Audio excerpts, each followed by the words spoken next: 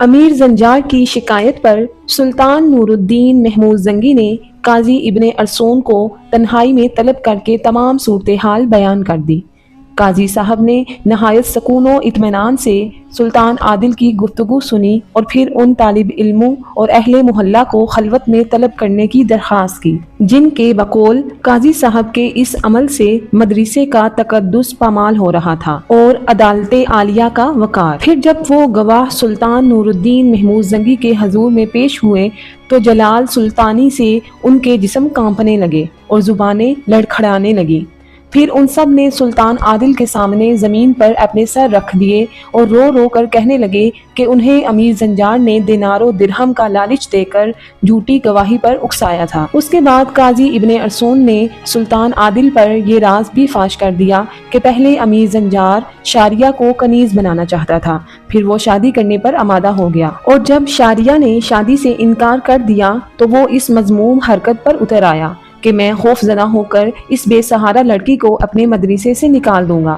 اس طرح امیر زنجار کا منصوبہ تکمیل تک پہنچ جائے گا۔ اس انکشاف پر سلطان نورالدین محمود زنگی کا غصہ ناقابل بیان تھا، جیسے قوت و برداشت رکھنے والے تاریخ انسانی میں بہت کم پیدا ہوئے ہیں، مگر اپنے ایک معتمد امیر کی اس ناشائستہ حرکت کی تفصیلات سن کر ان کے جذبات بے قابو ہو گئے اور چہرے سے ایسا قہر جھلکنے لگا جیسے وہ ابھی امیر زنجار کے قتل کا فرمان جاری کر دیں گے۔ پھر دوسرے دن سلطان عادل نے اپنا دربار آراستہ کیا، جس میں تمام امراء اور سالاروں کو سختی کے ساتھ جمع ہونے کا حکم دیا گیا۔ کسی کو کچھ خبر نہیں تھی کہ ایسا کیوں کیا گیا ہے۔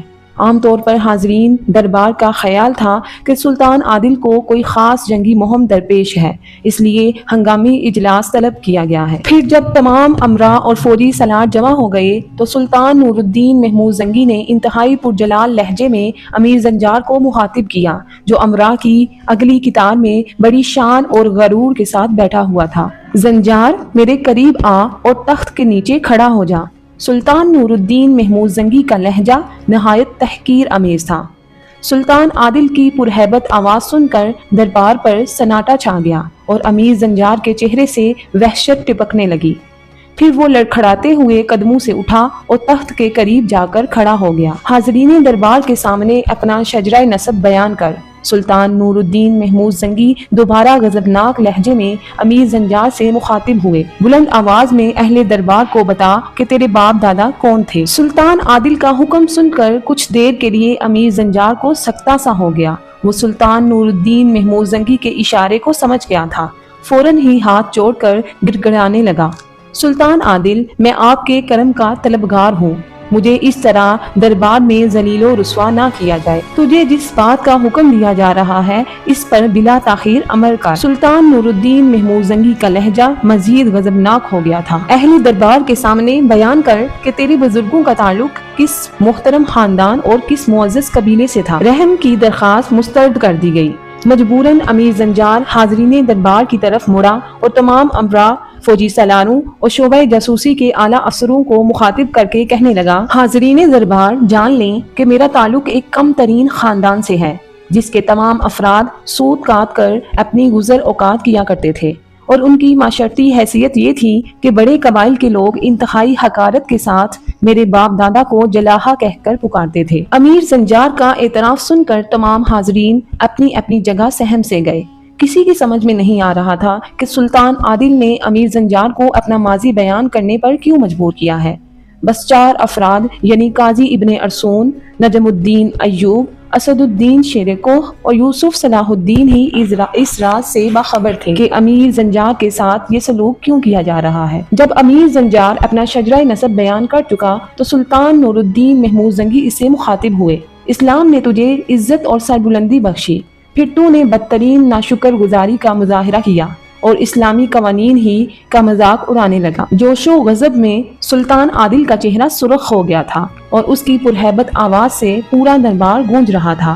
میں نے تجھے شعبہ جاسوسی کا اعلیٰ افسر نامزد کر کے اسلامی سلطنت کے رازوں کا امین بنایا، اور تو نے کیسی بدترین خیانت کی کہ ایک مجبور لڑکی کو اپنی ہوس کا نشانہ بنانے کے لیے سازش کا اتنا گہرا جال بنا کر قاضی ابن ارسون جیسی شخصیت بھی اس کی لپیٹ میں آ گئی۔ اللہ میری اس کوتاہی کو معاف فرمائے کہ میں نے تجھ جیسے بے اعتبار شخص کو اہم ترین منصب پر فائز کیا۔ اس کے بعد سلطان نور الدین زنگی نے امیر زنجار کے لیے بڑی عبرتناک سزا مقرر کی اور اس کا منہ کالا کر کے شہر کے اطراف میں گھمایا گیا۔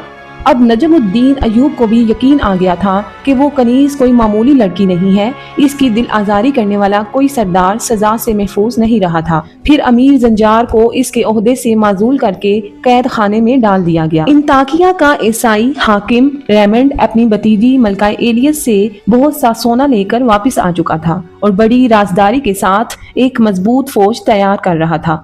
پھر وہ 5000 منتخب سوار لے کر حلب کی طرف بڑھا۔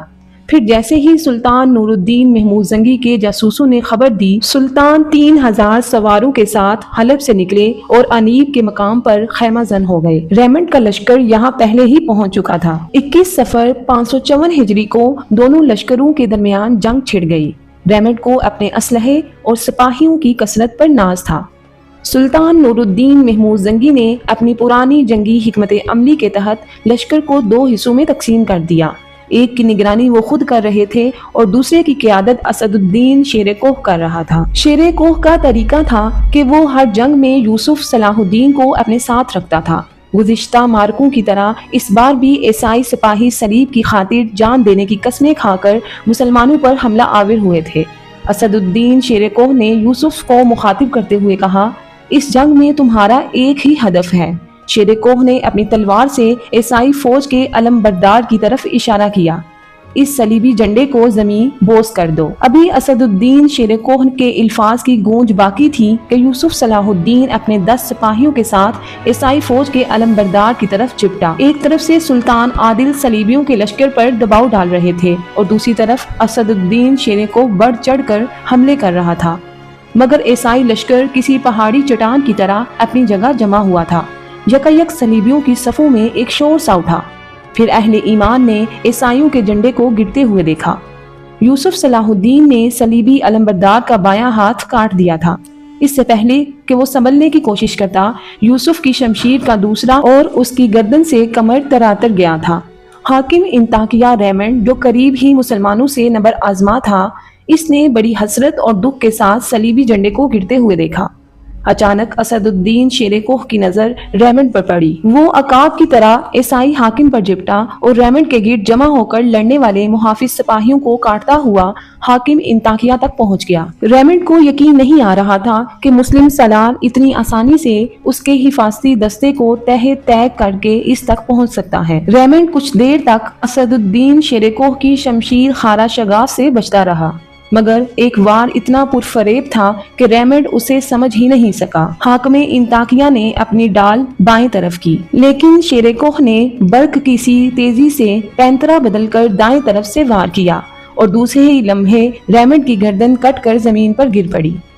اپنے سردار کا یہ حشر دیکھ کر صلیبی سپاہیوں نے اسد الدین شیر کوہ کو اپنے نرغے میں لے لیا۔ شیر کوہ نے تیغ زنی کے بے مثال جوہر دکھائے اور 15-20 عیسائی سپاہیوں کے سر قلم کر دیے، مگر وہ اکیلا تھا، صلیبیوں کا حصار توڑنے میں ناکام رہا۔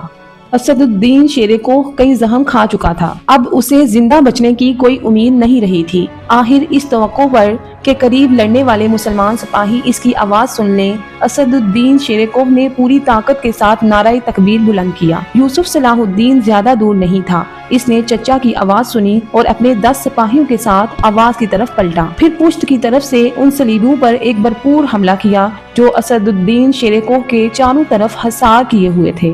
تھوڑی ہی دیر میں یہ حصار ٹوٹ گیا۔ اسد الدین شیر کوہ شدید زخمی ہو چکا تھا، لیکن تازہ کمک نے اس کے حوصلے بلند کر دیے۔ یوسف صلاح الدین اور اس کے ساتھیوں نے بیشتر صلیبیوں کو موت کی نیند سلا دیا، باقی جان بچا کر فرار ہو گئے۔ پھر جب یوسف صلاح الدین چچا کے قریب پہنچا تو اسد الدین شیر کوہ لڑکھڑا رہا تھا۔ زندہ باد میرے بیٹے، اسد الدین شیر کوہ نے یوسف کو گلے لگایا۔ چچا کے بہتے ہوئے خون سے بھتیجے کا لباس بھی سرخ ہو گیا۔ پھر یوسف صلاح الدین اسد الدین شیر کوہ کو سہارا دے کر خیمے تک لایا۔ اس جنگ میں سلطان نور الدین محمود زنگی نے بھی کئی عیسائی سرداروں کو تحت طے کیا تھا۔ پھر جب ریمنڈ کے قتل کی خبر انگلستان پہنچی تو شہنشاہ ہنری دوم نے سکون کا سانس لیا اور مسکراتے ہوئے بولا، اس مذہبی جنونی کا یہی حشر ہونا چاہیے تھا۔ مگر ملکہ ایلیس کو ریمنڈ کی موت کا شدید صدمہ تھا۔ اس نے ایک ہفتے تک سیاہ لباس پہن کر سوگ منایا، رقص و موسیقی سے بھی دور رہی اور شراب کو بھی ہاتھ نہیں لگایا۔ بس وہ اپنے 4 سالہ بیٹے رچرڈ سے باتیں کرتی رہی، تجھ پر بے شمار صلیبوں کے خون کا انتقام قرض ہے۔